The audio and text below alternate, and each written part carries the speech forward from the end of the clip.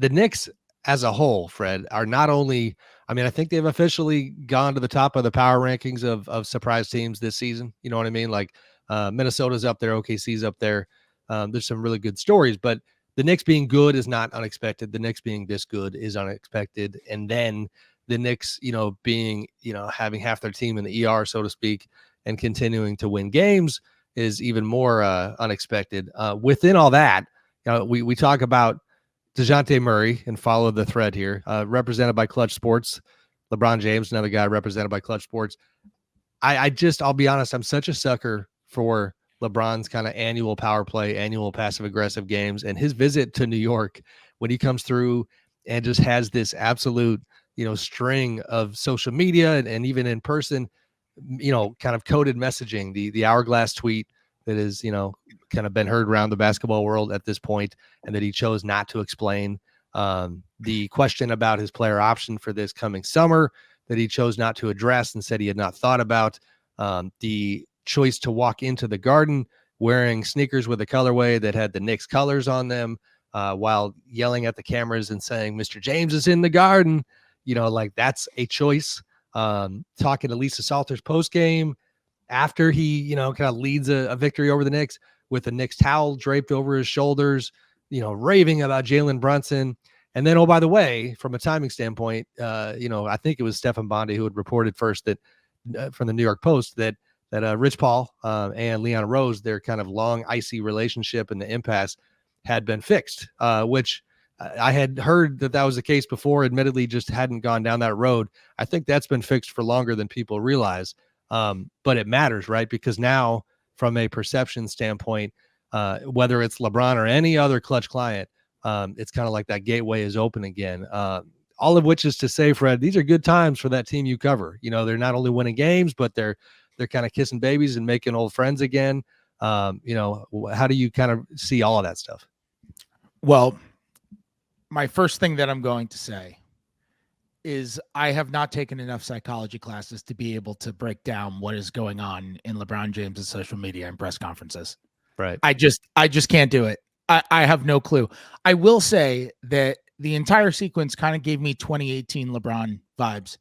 Remember those 2018 Cavs leading into the deadline where that was the Isaiah Thomas Cavs team, where that team was kind of swandering and it was LeBron and everybody. You're going too far back though, brother. You're going too far back. 2022, he's not real thrilled, and he decides to walk and talk with our Jason Lloyd at Cleveland All-Star weekend and talk glowingly about his time with the Cavs and how a return could still be in the cards. And next thing you know, he's sitting down with Rich Paul and LeBron and Jeannie Buss and Rob Pelinka, and they're having a talk about some of this rising tension.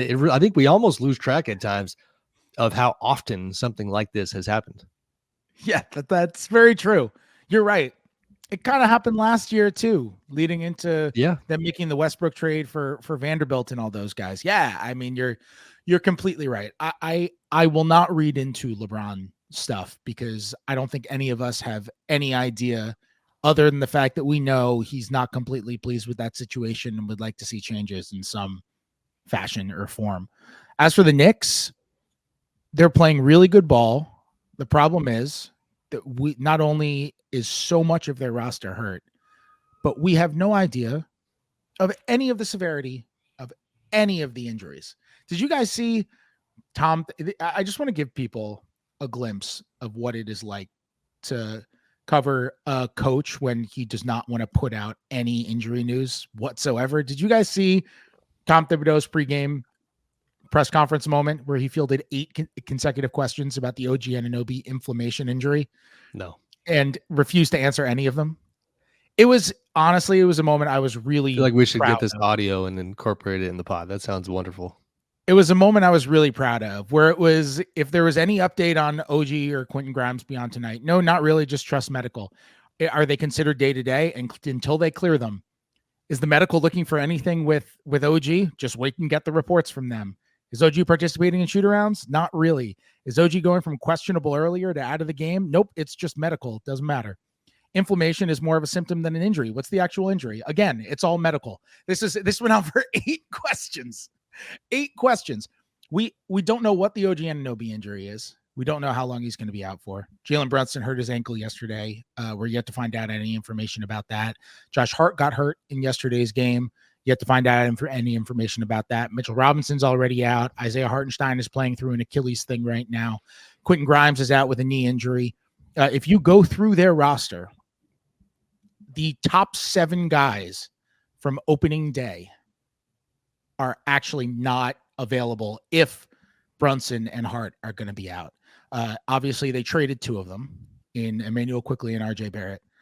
But the guy who they traded them for, OG Anunoby, is also out right now. And we don't know what the long-term situation is going to be on that. So at some point, look, Tibbs is playing guys tons of minutes.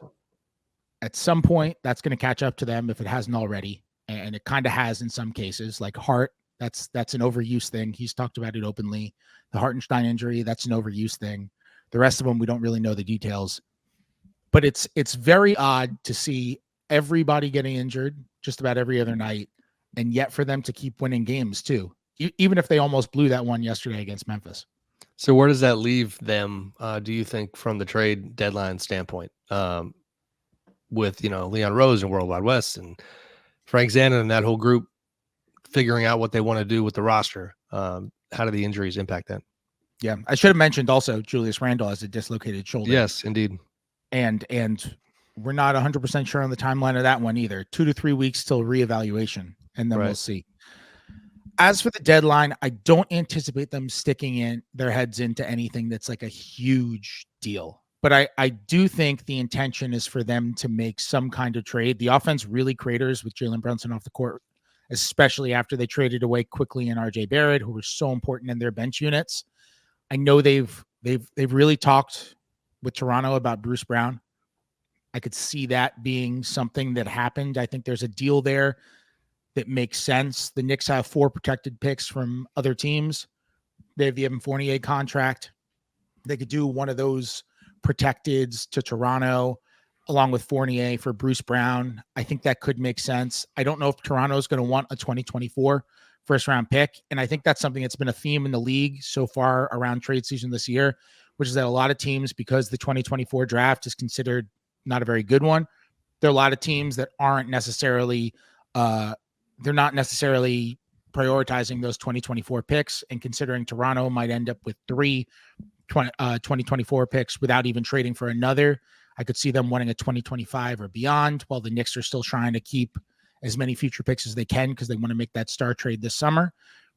I could see them going after just an Alec Burks type, trying to get him from Detroit, but something like that, I think, is the most likely scenario for them if they make a move at all. They've been taking offers on Quentin Grimes. I don't know if they've gotten very far on any of those offers also.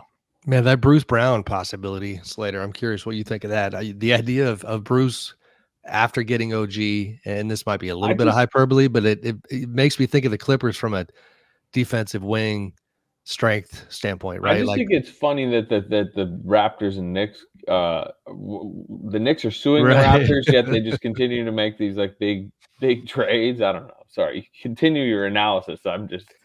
That's funny. Fair. No, it's fair. It's business is business. Later, go watch The Godfather. You know what I mean? Like, you just got to do it.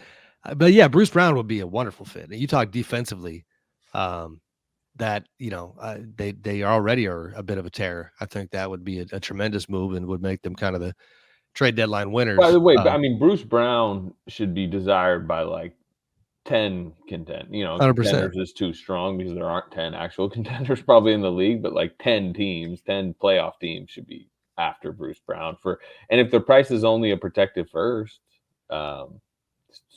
like I said, a lot of teams should be in on that.